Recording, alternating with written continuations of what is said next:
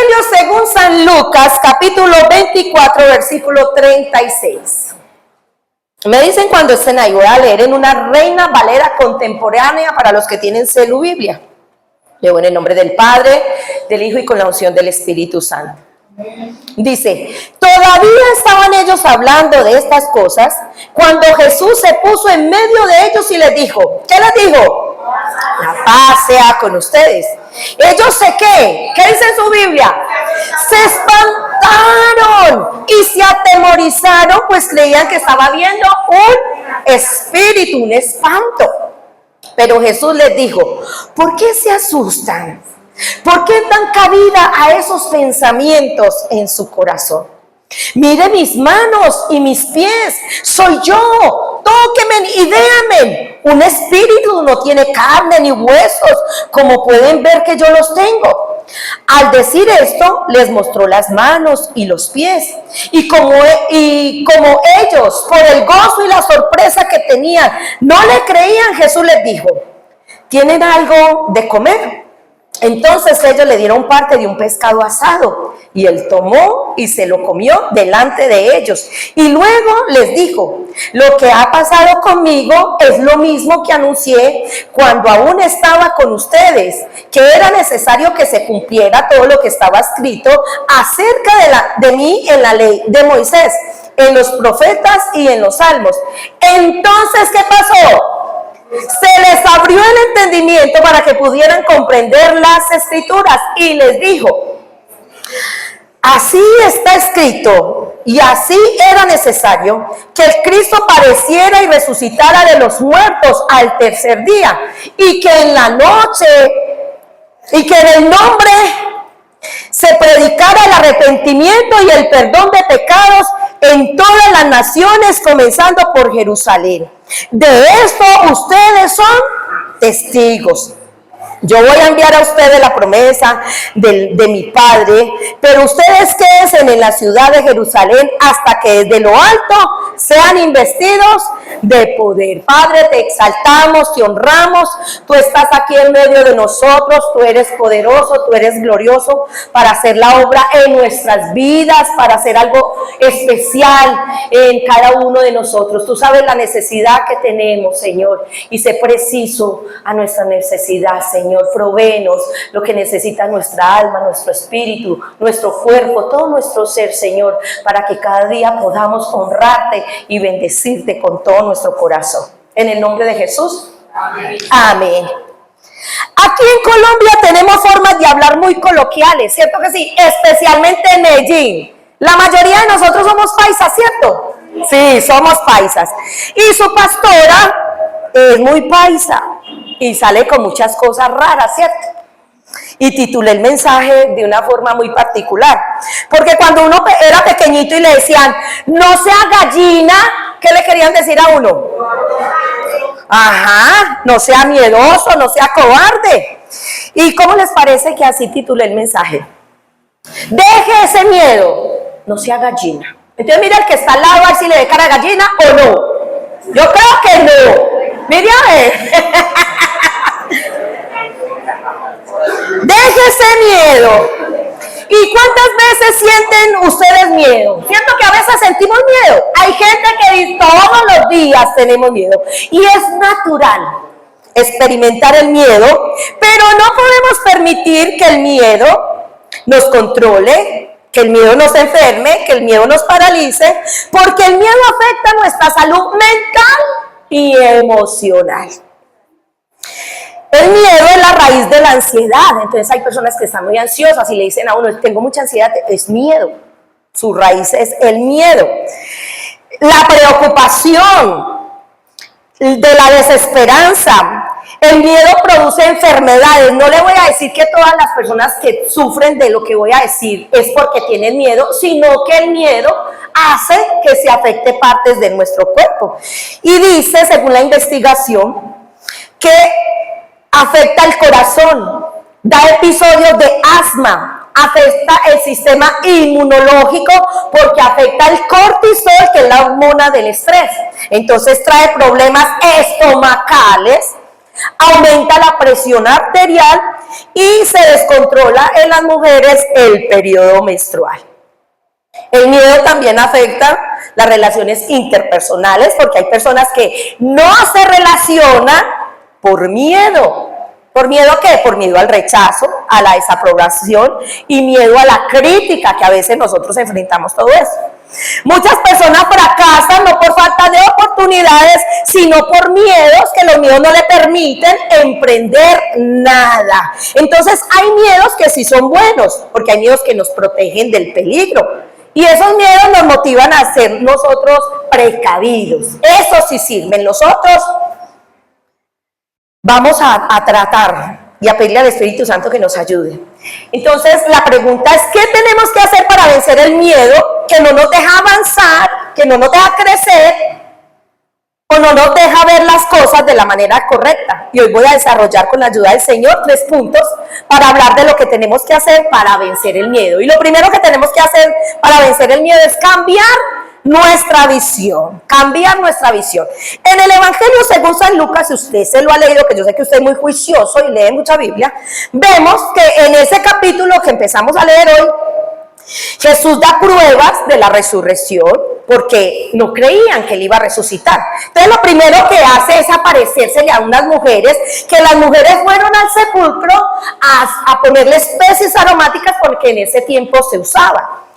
Ellas fueron y contaron, la mayoría no creyó que Jesús hubiera resucitado, los apóstoles no creían, había incredulidad en ellos. Entonces Jesús se les aparece para que cambien su visión, para que la cambien. ¿Cuál era el pensamiento entonces de los discípulos? El pensamiento era: Jesús está muerto, a Jesús lo mataron.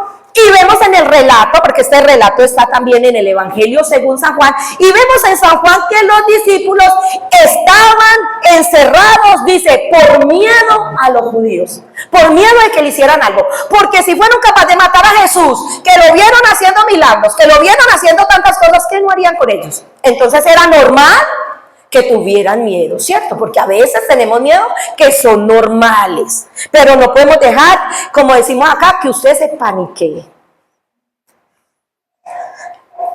¿Listo? Entonces, la situación era muy complicada para los discípulos. Era imposible para ellos que Jesús estuviera vivo porque lo vieron crucificado y lo vieron como Él se les murió. Entonces, ¿qué estaba sucediendo con los discípulos? En su mente estaba la muerte. Y la muerte no es fácil. Para nadie es fácil asimilar la muerte, aunque uno sepa que todos nos vamos a morir. Aunque usted esté con una enfermedad terminal y que usted sabe que le quedan tanto tiempo según los médicos, según el dictamen, pero usted no se acomoda a eso. Es más, la gente quiere morirse, pero nosotros que hemos estado con tanta gente en la agonía de la muerte, vemos cómo se ponen cuando se van a morir. Y en vida nos decían, yo quiero ya morirme, ya me quiero ir. Pero es un paso muy tremendo. No sabemos qué pasa en ese intervalo, pero es algo que no es fácil para asimilar. Muchos creen que la muerte es el final de todo, que hasta ahí duró todo, pero la Biblia es muy certera y dice en Apocalipsis 1, el versículo 17, la última parte, y el 18 le voy a leer para que no se me mueva de Lucas. Dice, no temas, yo soy el primero y el último, el que vivo y ha sido muerto. He aquí que vivo por los siglos de los siglos, amén, y tengo las llaves del infierno y de la muerte.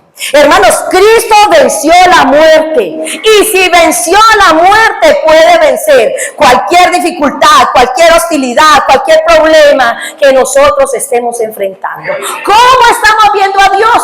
Porque quizás usted sí sabe que Jesús resucitó, que Jesús está vivo, pero con esos problemas que está sintiendo tiene tanto miedo que le está opacando su visión y no le permite ver a Dios como lo debe de ver. Si Cristo resolvió el problema de la muerte, puede resolver el pecado, la dificultad, la hostilidad, el problema, el conflicto familiar, la dificultad económica, esa adicción, esa soledad, esa depresión, lo que sea, hermanos, porque fue capaz de vencer a la muerte. Juan 7:38 dice así, usted se lo sabe de memoria: el que cree en mí, Como dice la Escritura. ¿Qué pasa con el que cree en el Señor? Como dice la Escritura, de su interior correrán ríos de agua viva. ¿Sabe qué es eso? Que de su interior correrá la presencia del Espíritu Santo. Eso es lo que va a suceder. Y me encontré una versión hermosa, por si alguien la quiere apropiarse de ella. Dice: el que cree en mí, como dice las Escrituras, de su interior correrán ríos de agua viva. Correrán ríos de agua viva de su vientre.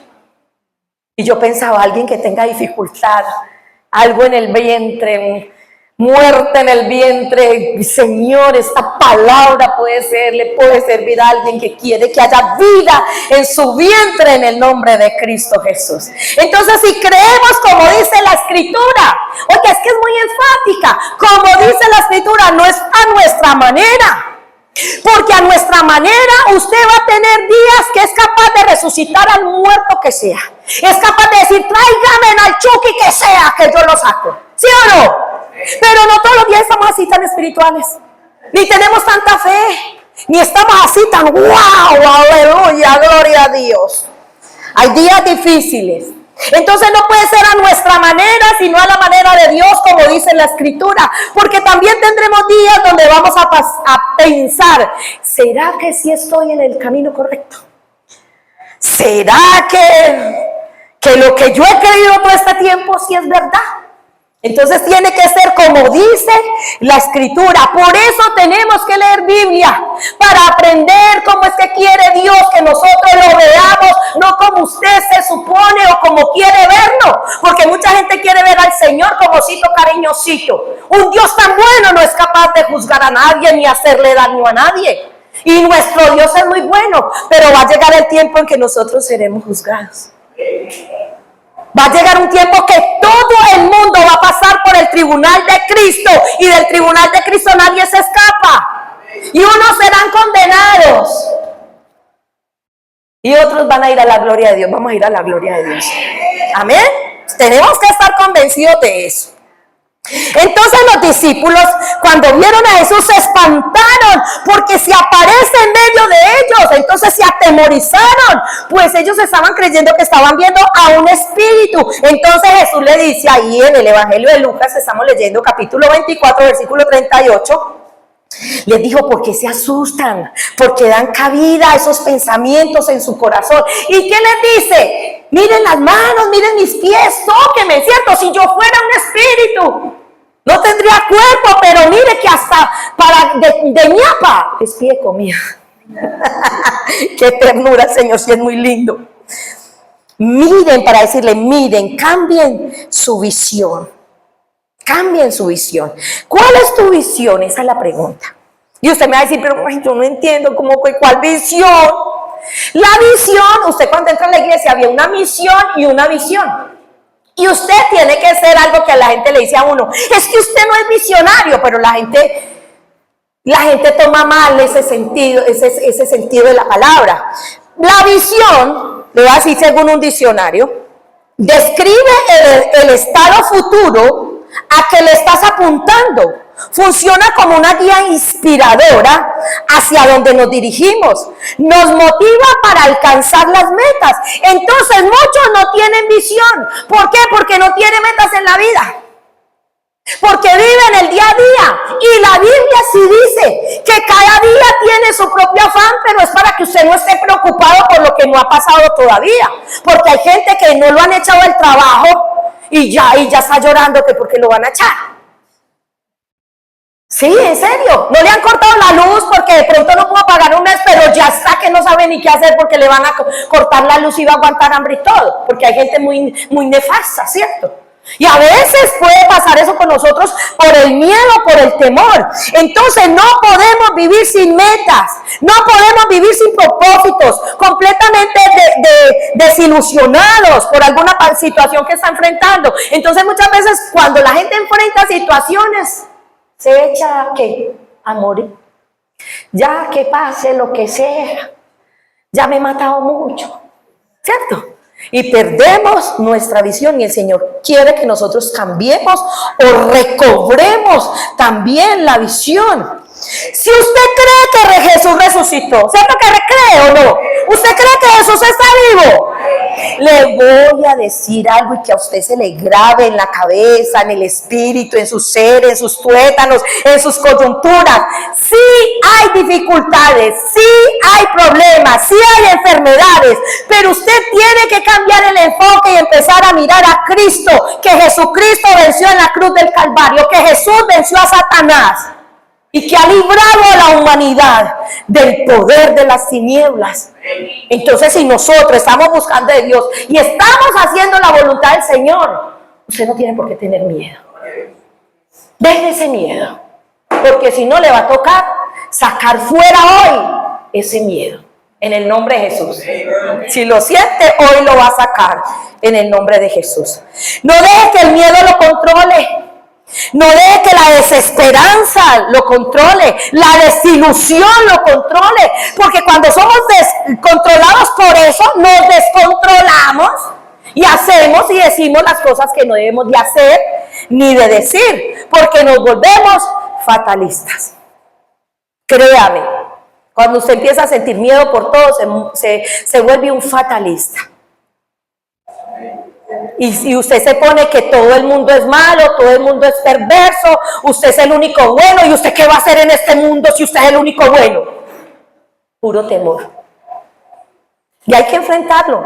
Siempre va a haber gente buena, gente mala. Es más, Jesús nos dijo, siempre van a haber pobres en la tierra. Oh, bendito Dios. ¿Qué tenemos que hacer para vencer el temor? Para vencer el temor tenemos que coger la palabra de Dios. Porque tenemos que vencerlo con el poder de la palabra, no con el positivismo, yo todo lo puedo. Porque hay gente que aplica versículos bíblicos positivamente. Todo lo puedo, Cristo que me fortalece. Mentiras. Mentiras. Usted no lo coja como una chapa ahí. No, el Señor lo va a meter, y si quiere avivamiento lo va a meter en pruebas, lo va a meter en cosas tan tremendas que usted pueda tener visión, que usted pueda ir más allá, porque cuando hay un avivamiento es porque van a haber milagros. Y usted sabe lo que es uno prepararse para que el Señor lo utilice en milagros. Wow, eso es un don de Dios, pero usted sabe que usted tiene que estar bien preparado. Porque cuando no estamos bien, nosotros decimos, no, quiero otra persona.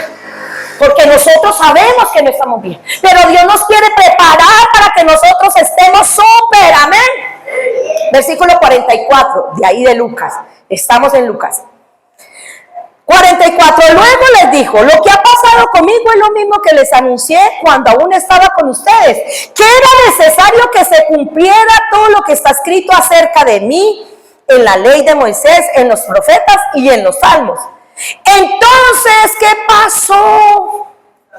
Les abrió el entendimiento para que pudiesen comprender las escrituras. No sé si alguna vez, pero papás de antes, no los de ahora, de antes, de pronto su abuelito, su abuelita, su papá le dijo, usted sí es como tapado. Cuando uno no le entraba la M con la A, y uno, no sé, y ¡pum! Es como tapado, no era capaz, uno, ¿cierto? Y dice aquí que el Señor les abrió el entendimiento. Porque a veces estamos así, no le entendemos al Señor. A veces Dios es el que está permitiendo las cosas y nosotros le metemos la culpa al diablo, entonces no hacemos sino reprender demonios, pero no estamos concentrados en lo que Dios quiere hacer en nuestra vida. Y no es de reprender demonios, es de que usted abra los ojos y vea. Bendito Dios. Entonces mucha gente lee Biblia, pero no tiene discernimiento, no tiene claridad, no entiende las escrituras. Los apóstoles no habían entendido, pero Jesús les abre el entendimiento para que pudiesen comprender las escrituras. Y si usted quiere entender las escrituras, ¿cuántos quieren entender la palabra de Dios? Primer paso, lea. Porque es que queremos una revelación y por tantas partes hacen unas revelaciones que uno, Y es cuando usted estudia la Biblia, dice, ¿de dónde se inventaron eso? Esa es su merced, ¿no? ¿Qué es eso tan bravo? ¿Qué herejía tan brava? Pero usted la comió. Y hasta ahora con eso que le mostraron que era una revelación poderosa. Pero lea la Biblia, tenemos que leer la Biblia. Jesús les abre el entendimiento. Vemos muchos noticieros y vean los noticieros, pero no para tener más miedo, para que se entere y sea capaz de orar por lo que está pasando. Pero si lo perjudica, si la perjudica, su salud mental, emocional, no vea. Pero un noticiero es para que nos enteremos, para que veamos cómo está Colombia, porque para muchos, sin futuro, ¿cierto? Un poco de candidato, y yo no le voy a decir por qué candidato va a votar. Y tenemos la mirada del candidato que sí, aleluya, con este sí. El único que saca a Colombia de como estamos es nuestro Señor Jesucristo, que es el que tiene cuidado de nosotros y es capaz de abrir la ventana de los cielos hasta que sobre y abunden las bendiciones, hermano. Es orando, es clamando, es diciéndole al Señor, Dios mío, usted le conoce el corazón a todos estos, porque todos estos hablan maravilla. Claro. Pero Señor, usted es el que conoce el corazón. Y no, esto es una oración que todos tenemos que hacer. No nos entregue al malvado, no nos entregue al perverso. Sabemos que hemos pecado, que Colombia es una nación pecadora, pero por favor no nos entregue, porque usted sabe que cuando Israel pecó, se la entregaron a los asirios. ¿Es verdad? Bendito Dios. Y que Dios nos ayude para poder salir adelante. Que no nos tengamos que ir, porque hay mucha gente que se puede ir del país, puede tener otra oportunidad en otro país, en Europa, en Estados Unidos. Pero ¿y los que no nos podemos ir, entonces qué? No, pedirle al Señor que nos ayude y que nosotros estemos, como dice la Escritura, que dice, si mi pueblo sobre el cual se invoca mi nombre, se humilla y ora y busca mi rostro y se apartan de los malos caminos, yo los escucharé desde los cielos, perdonaré sus pecados y sanaré su tierra. ¿Quiénes son los que nos tenemos que humillar y buscar de Dios? Nosotros, el pueblo de Dios, no el impío no conoce, no sabe, se deja vender por un tamal, hermano, por 150,000 pesos, vende el voto, ni sabe cuáles son las propuestas, pero a mí me prometieron un trabajito, ¿cierto? Pero el Señor, si mi pueblo se humilla, mi pueblo, si mi pueblo busca mi rostro, si mi pueblo se aparta de los malos caminos, porque podemos estar en malos caminos. ¿Por qué dice ahí? Porque dice ahí, hay momentos que tenemos que mirar a ver cómo estamos. Y mire el versículo 15 que me encanta, que nunca lo había visto, solamente cuando saqué el mensaje le puse el detalle.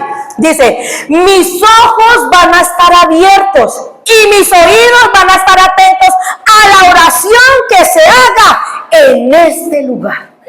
¿Cómo le parece?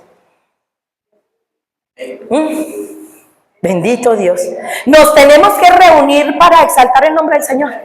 Nos tenemos que reunir. Cuando no se puede, pues no se puede. Pero cuando nos podamos, usted no sabe la bendición que es estar juntos en congregación adorando al Señor. Nunca va a ser lo mismo que virtualmente, aunque sabemos que muchos tienen que estar virtualmente por una enfermedad, por el trabajo, por muchas cosas de la vida, ¿cierto? Pero nunca se irá igual que estar en vivo y en directo, ¿cierto? Que sentimos, porque muchos no sintieron la alabanza que hubo, ¿cierto? La presencia de Dios. Nosotros estamos aquí, la sentimos, pero le pedimos al Espíritu Santo que obre en la vida de cada uno de los que están allí, escuchándonos por los diferentes medios. Volvamos a la palabra. Vuelva a la palabra. La palabra es la fuente inagotable de vida.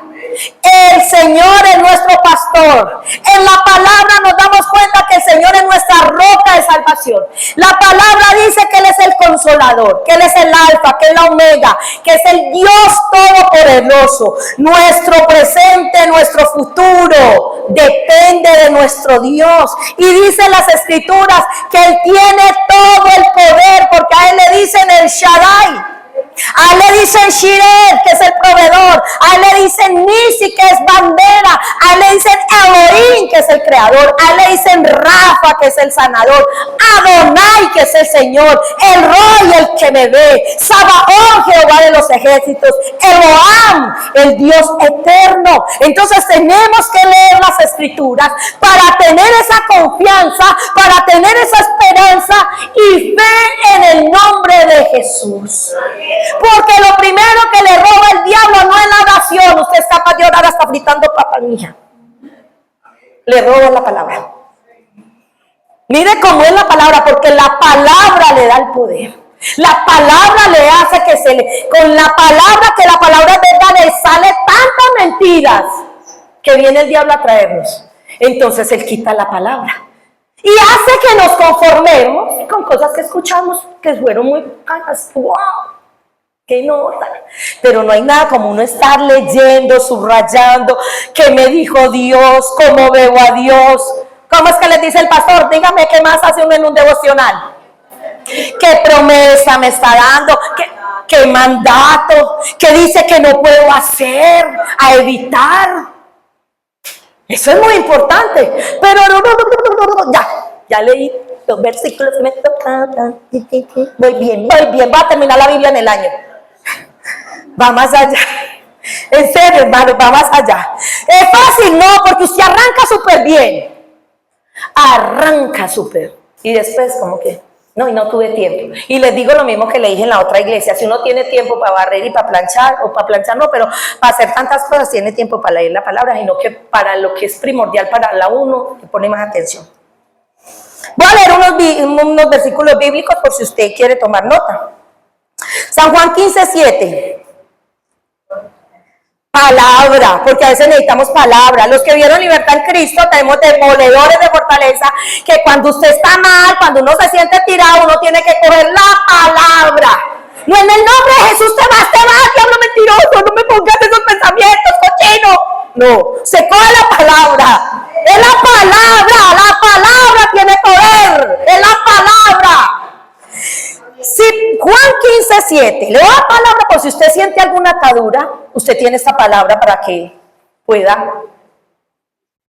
profetizarla, reclamarla y pedirle a Dios que lo sustente con esta palabra. Si permanecen en mí y mis palabras permanecen en ustedes, ¿qué dice la escritura? Pidan lo que quieran y sé que se les concederá. Y usted dice, pero ¿por qué? Si yo pido y nada.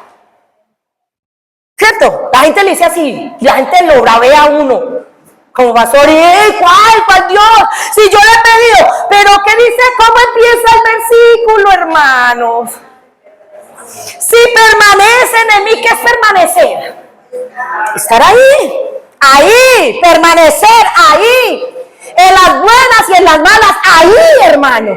Si permanecen en mí y mis palabras permanecen en ustedes. Que usted se acuerde de la palabra, que usted pueda traer a su mente la palabra, a su corazón la palabra. Pero nosotros nos mantenemos desilusionados con el Señor, porque nos mantenemos desilusionados con el Señor. Porque el Señor no cumple, porque eso dice en la palabra, pero es que toda promesa, ay Dios mío, voy a decir algo que no le va a gustar. Toda promesa tiene una demanda. Y nosotros cuando le enseñamos a la gente que no tiene Cristo, usted hace mal porque usted les pone la promesa sin la demanda. Entonces ellos sin saber y después no van a tener resultado y van a decir, ¿cuál Dios? ¿Cuál Dios? Pero las promesas tienen demanda. Salmo 34:4 dice, busqué al Señor y Él me escuchó y me libró de todos mis temores. ¿Tiene temores? Busque al Señor. Y si tiene que decir, Señor, yo te estoy buscando, yo estoy aquí anhelando tu presencia. Señor, yo necesito que me escuches, papi, aquí estoy. No me voy a mover, no me voy a levantar. Yo la pongo así. No me levanto de esta cama, porque me arrodillo ahí al pie de la cama. No me levanto de aquí. hasta que yo no lo sienta a usted. No le estoy diciendo que hasta que Él me responda. Él verá cuando me responde, Él es soberano. Pero le digo que hasta que yo no lo sienta, que yo sienta que Él está ahí, ya Él verá cuando me contesta. Porque el Señor viene haciendo cosas en uno que puede uno tener que esperar mucho, porque Él está trabajando en uno. El Salmo 112, versículo 6, la parte B. Voy a leer desde el 6 hasta el 8. Dice: el hombre justo siempre será recordado. Vivirá sin temor a las malas noticias. ¿Tiene temor a las malas noticias? Bueno, el hombre justo, Señor, justifícame. Soy justificado por la sangre de Cristo. Ahí ya entro. El hombre justo siempre será recordado. Vivirá sin temor a las malas noticias y su corazón estará como firme. ¿Y cómo? Confiado en el Señor. Su corazón estará como tranquilo. ¿Sin qué? Sin ningún temor. Y llegará a ver la caída de sus enemigos. Oh my God. Oh Señor. ¿Y sabe qué? Que el enemigo no es su hermanito, ni su papá, ni su mamá. Que están siendo utilizados por el enemigo es otra cosa. Pero ellos no son su enemigo. No. Ni su esposo, no. Ni sus hijitos, no. Usted sabe cuál es su enemigo. Y ese es el que tenemos que ver caer, hacer retroceder. En el nombre de Cristo Jesús. Juan 14, 27. La paz os dejo, usted la sabe. Mi paz os doy. No como el mundo la da. Yo os la doy. No se turbe vuestro corazón, ni tenga miedo. Usted se sabe el Salmo 23, versículo 4, que dice: aunque ande en valle de sombra de muerte, no temeré mal alguno, porque tú estarás conmigo, tu vara y tu callado me infundirán aliento. Déjese pastorear. Porque sabe lo que está diciendo. Uno pasa por largo este texto, pero si usted le hace exégesis para los que estamos estudiando con el pastor, dice: aunque ande en valle de sombra de muerte, usted ya sabía, pues estoy en peligro, estoy en problemas, estoy en dificultades, no temeré mal alguno. Sí, hasta ahí vamos bien. ¿Sabe dónde nos quedamos? En que tú estarás conmigo, ahí vamos. Pero mira lo que dice: tu vara y tu callado me infundirán aliento. ¿Qué hace la vara y el callado del pastor?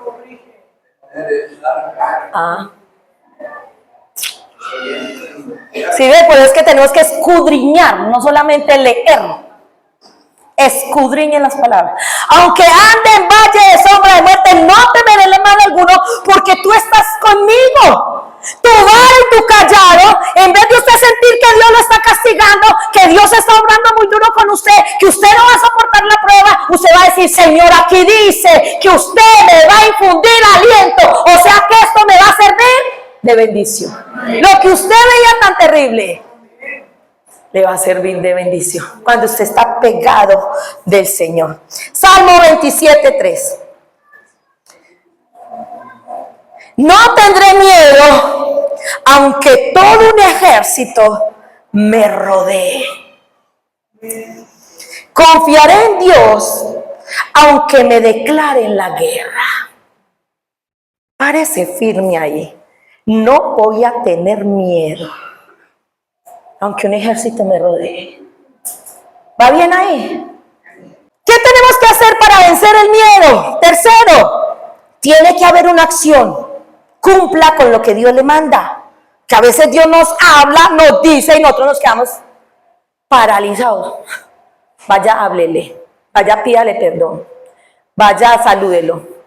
Aunque no la salude. Vaya, dígale pues. Que no. Voy a poner señal. Señor, si viene con unos zapatos verdes que tengan unos cordones naranjados, lo hago.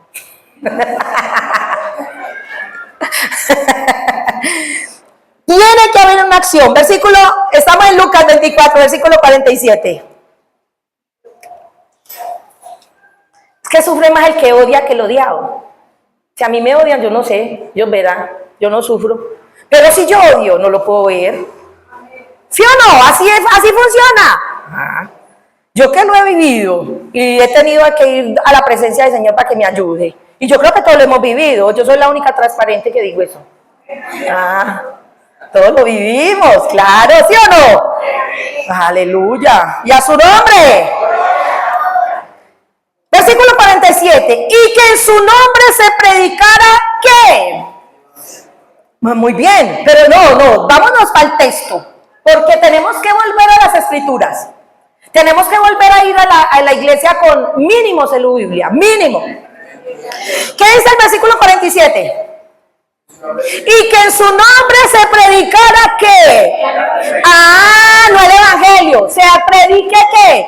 El arrepentimiento y el perdón de pecado en todas las naciones, comenzando por Jerusalén, y de esto ustedes son testigos.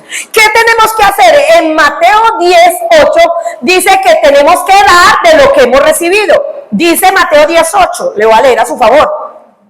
Sanen a los enfermos, limpien a los leprosos, resuciten a los muertos, expulsen demonios, den con gratitud lo que gratuitamente han recibido, ¿cierto? Entonces, claro que vamos a hablar del evangelio, pero tenemos que empezar hablando del evangelio con lo siguiente, hablando de arrepentimiento y de perdón. Hay un orden. No hable del perdón sin arrepentimiento, hermanos. Porque por eso las personas se desilusionan. Que Dios no hace nada, hermanos. Es que ¿cómo va a ser si usted sigue en las mismas?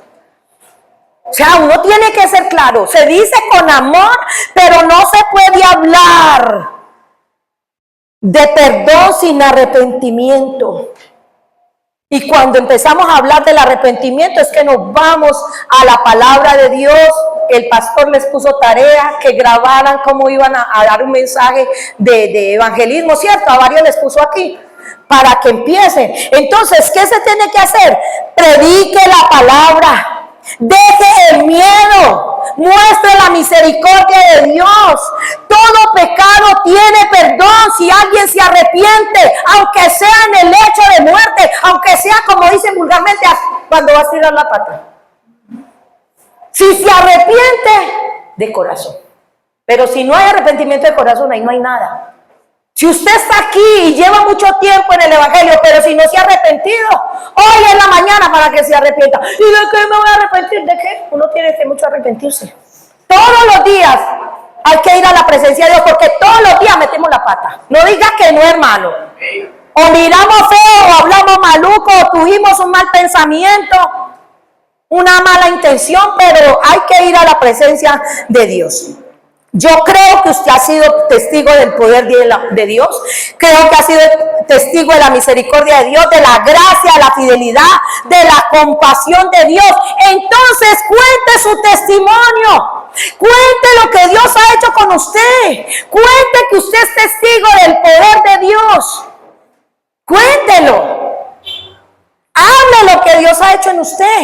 Y en el versículo 49 de ahí, de Lucas 24, dice, voy a enviar sobre ustedes la promesa de mi Padre, pero ustedes quédense en la ciudad de Jerusalén hasta que desde lo alto sean investidos de poder.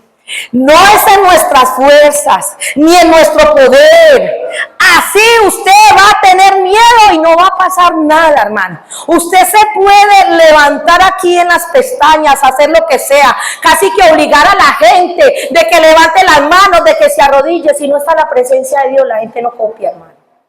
Porque uno hace las cosas por la presencia de Dios que lo impulsa y lo lleva a adorar, a bendecir, a exaltar, hermanos. Lucas también escribió el libro de los Hechos de los Apóstoles. Y el Espíritu Santo vino sobre la iglesia, y usted lo puede ver en Lucas, que vino sobre la iglesia y que ellos pudieron testificar. Pero hubo una persecución tremenda. Pero el evangelio se expandió por todas partes. Muchos tuvieron que huir, pero no se dejaron vencer por el miedo, porque sabían en quién habían creído y tenían las evidencias para estar convencidos que tenían que contarles a mucha gente la maravillosa noticia que Cristo era el único camino que llevaba a la salvación. Deje ese miedo. ¿Sabe por qué se lo digo con convicción? Porque si usted nació de nuevo, usted tiene el Espíritu Santo. Y Él es el que le da y lo ayuda. Y el Espíritu Santo es el que convence a las personas. No somos nosotros. Por mucha elocuencia, por muy bonito que hable. No, es el Espíritu Santo de Dios. Entonces ahí en Lucas 24, versículo 50, dice que lo sacó. ¿Estamos ahí? Lo sacó hasta cerca de Betania y alzando sus manos los bendijo. Y mientras los bendecía, se separó de ellos y fue llevado al cielo. Ellos después se postraron ante él. Se volvieron a Jerusalén con gran gozo. Estaban siempre en el templo, bendiciendo a Dios. ¿Sí o no? Siempre allá gozosos. Porque sabían, ya estaban convencidos. No solo habían visto, ya habían tenido esa convicción en el corazón. Ya se les abrió la palabra, el entendimiento para que entendieran las escrituras. Y hay algo muy especial. ¿Cómo empezó el relato ahí en Lucas? ¿Cómo empecé? Que ellos tenían ¿qué? Temor cuando vieron a Jesús. ¿Y ya cómo estaban? ¿Cómo terminan? Con gran gozo. Y eso solo lo hace la presencia de Dios en nuestras vidas. Deje el miedo. Deje ese miedo. ¿Qué irán a decir? Que digan lo que sea, decir que usted esté en lo correcto. Deje ese miedo. Dios me dice un nombre especial, que yo sé cuál es mi nombre. Él me dice un nombre en otro idioma y yo entiendo cuando alguien dice así, yo sé que me está hablando a mí. Y una vez Él me dijo: tú no eres una gallina, tú eres un águila. Y aquí estoy apenas aprendiendo a volar. Y yo le digo: no sea una gallina, porque usted es un águila que tiene que aprender a volar, que tenemos que aprender a volar. ¿Y sabe qué? ¿Por qué digo que tenemos que aprender a volar? Porque el águila se remonta por encima de las tormentas y extiende sus alas para que las mismas ráfagas de viento lo impulsen por encima de la tempestad. ¿Qué es lo que lo impulsa? Las mismas ráfagas de viento. El mismo viento, lo que se siente tan abrumador, tan horrible, la misma tempestad hace que ella aprovecha eso y en vez de achicopalarse con ese plumaje y ella bien grande y bien pesada que la puede tumbar, no, ella permite que eso la impulse por arriba, por encima de la tempestad, alcanzando nuevas alturas. Lo que estás viviendo, que lo que usted está viviendo hoy, lo lleve a tener visión, a experimentar el poder de la palabra de Dios y a tomar decisiones correspondientes para que su vida sea transformada de una gallina a un águila. Amén. Póngase sobre sus pies. Vamos a orar. ¿Ha experimentado temor? No le dé pena. Yo he experimentado temor. Porque sentimos a veces temor por la enfermedad, temor por la economía, temor por el matrimonio, temor por el ministerio, temor por qué va a pasar, qué voy a hacer, qué será de mi vida. Y le vamos a poner eso al Señor. Y que el Señor nos ayude para echar fuera todo ese temor. A veces la gente tiene mucho temor cuando no hay empleo porque hay que pagar servicios, hay que pagar muchas cosas.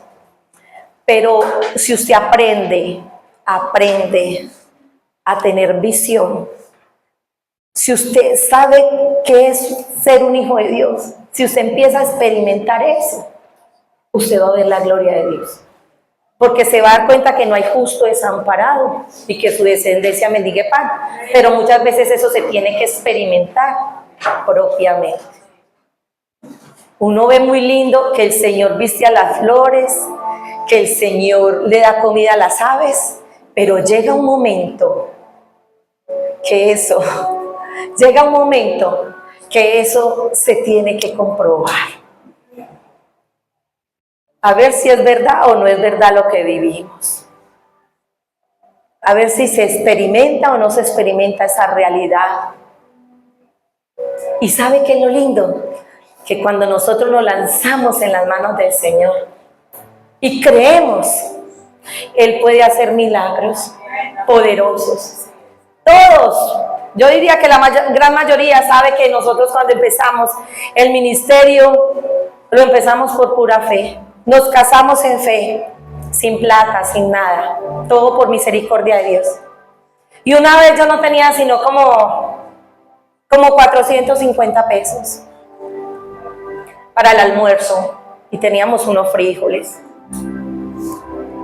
Y con eso se podía comprar un platanito chiquito y un Maggi para que no quedaran muy malucos los frijoles.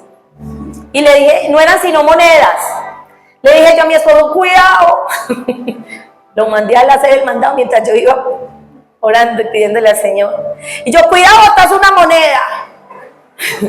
Porque nos quedamos sin el plátano o sin el Maggi. Estaba exactico para eso. Y mi esposo empieza a bajar las escalas. Vivimos en un tercer piso. No sé a quién necesita esta palabra. Vivimos en un tercer piso. Y lo que estoy diciendo lo digo bajo el poder del Espíritu Santo. Y con mi Señor de testigo. Que él bajó y en el segundo piso encontró un plátano que nunca en la vida lo hemos vuelto a ver, del tamaño que lo encontró, una cosa gigante. Tocó en el segundo piso que vive mi suegra a ver si ese plátano era de alguien, no era de nadie. Tocó en el primer piso, este plátano es de ustedes, no es de nadie, no era de nadie, era de nosotros, que el Señor lo había puesto ahí. Y nos falta empezar a tener fe para ver lo sobrenatural, hermano. ¿Sabe qué pasa? Que es que nosotros condicionamos al Señor y le oramos y le decimos así, así y así. Y el Señor, no, mi amor, así no es. Yo cada rato le decía, ay, qué rico que a mí me dieran un mercado, porque a tanta gente le dan unos mercados.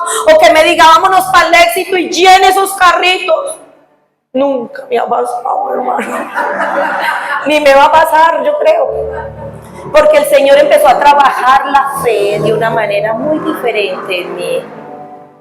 Muy diferente. Porque sabía que tenía que pastorear, porque sabía que tenía que vivir de la fe y tener mi confianza en el Señor. Y con todos ustedes tiene un trato diferente. Pero no dude, no tenga miedo. Levante sus alas como un águila. Y crea que el Dios que tenemos es maravilloso. Es un Dios de amor, de misericordia, de gracia, de fidelidad. Pero márchele al Señor. No deje de venir, no deje de congregarse por pereza o por otra cosa. Que el Señor sea su prioridad. Cuando Dios es tu prioridad, tú puedes abrir la boca y pedir. Y lo digo porque el Señor ha sido fiel con nosotros. Usted piensa que Dios no está a su lado, pero Dios está a su lado. Dios discierne los pensamientos y las intenciones del corazón. Por eso es que tenemos que estar limpios, porque aunque usted diga alguna cosa muy bonita, su corazón puede estar sucio. Y Dios ve los pensamientos de nuestro corazón, y por eso tenemos que estar ahí, para que Él se manifieste con su gloria y su poder. Y le puedo contar todos los días testimonios cuando no hemos tenido con qué pagar el arriendo. Y le hemos pedido al Señor que se mueva. Y gente que no me conoce, como Sandra, que está allí, que me conoció por una llamada telefónica, que hay alguien muy especial, y ella empezó a diezmarme sin conocerme. Y nosotros necesitamos, la primera vez que ella diezmó, necesitamos eso para darle la quincena al pastor. Y ella no se congregaba, ella vive muy lejos. Ella está aquí por amor, porque está en Medellín. Sin embargo, lo hacía. Y muchas veces no hay que rogarle a la gente, se le ruega al Señor. ¿Usted por qué no dice, yo no voy a decir, porque mi Dios es el que provee? Mi Dios es el que hace las cosas, hermano. Su Dios lo ama. Mi Dios me ama, nuestro Dios nos ama, pero se nos ha olvidado levantar manos, decirle al Señor, obre con poder, quite este temor, quite esta zozobra de mi vida y levánteme, Señor, ayúdeme. Yo no sé quién tiene temor, pero si usted tiene temor, no le dé pena decir, he tenido temor. Ese temor me ha alejado del Señor, ese temor me ha hecho caer en depresión, ese temor me ha hecho angustiarme, ese temor me ha hecho paralizarme, Señor. Pero usted me ha explicado que no me puedo dejar paralizar del temor, Señor. Y yo, Señor, yo lo voy a adorar, yo lo voy a bendecir, yo lo voy a exaltar. Dios mío, tú eres poderoso, Señor, tú eres el Rey. Oh, Santo.